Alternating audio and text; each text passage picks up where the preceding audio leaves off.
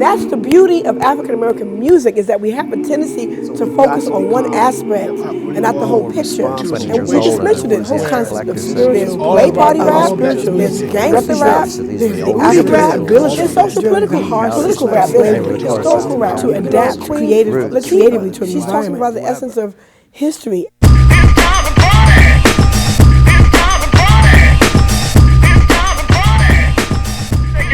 Black people have been through so many different realities that for us in this time period to look at ourselves as only one thing, I try to explain to people that's not what we got to look at ourselves as. We're a big perspective. We have a big, broad range of who we are and what we are.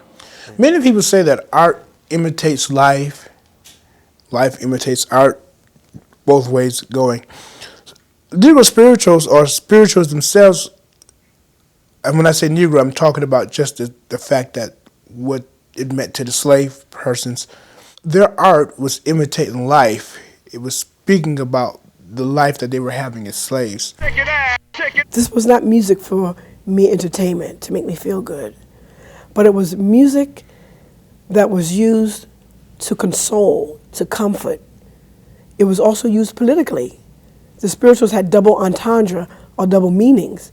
The slaves were very, very clever in decoding messages through spirituals.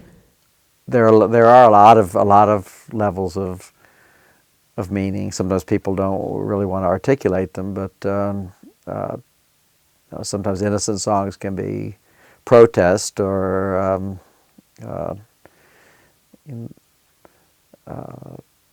even just getting something off your chest.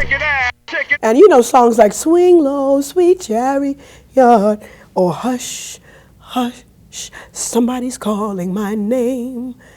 You could be thinking that, they're talking about God in the heavens. No, they're talking about we getting out of here. Somebody's calling my name. Let's meet the underground. You see, so they were so clever in terms of the lyrics. The first instrument is the human voice. The slaves were not permitted to have drums. There are a few exceptions to that where drums were made and used, but for the most part they couldn't use drums. So the whole building or room became a makeshift drum, and the beat of the stick on the floor acted as a main rhythm. When I heard Rapper's Delight, and it was a whole song of just rhyming, rapping, and this party atmosphere, it blew my mind. What's key, based on research and reading papers of students, is the sincerity of the performer. What do we mean by sincerity? Are they relating to the life circumstances of the day? We went to South Africa to shoot a video, and just to see how much just our culture had gotten into villages, in the bush areas where they don't have electricity. But yet Tupac, it's like pictures of Tupac for real.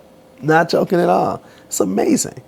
Graffiti art in the middle of villages, like New York style. It's like, what is this? That's amazing.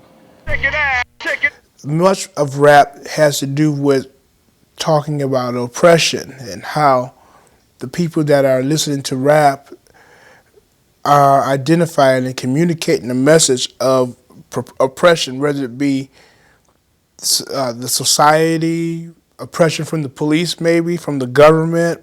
We're basically representing, in hip hop, at least popular hip hop, is representing some of the same things that we yell against, whether it be materialism, which slavery was based on materialism. It wasn't based on hate for blacks. That was just what they had to say, or thinking that blacks was less than whites. That was just what they had to say in order to rationalize it. The truth was, it was money.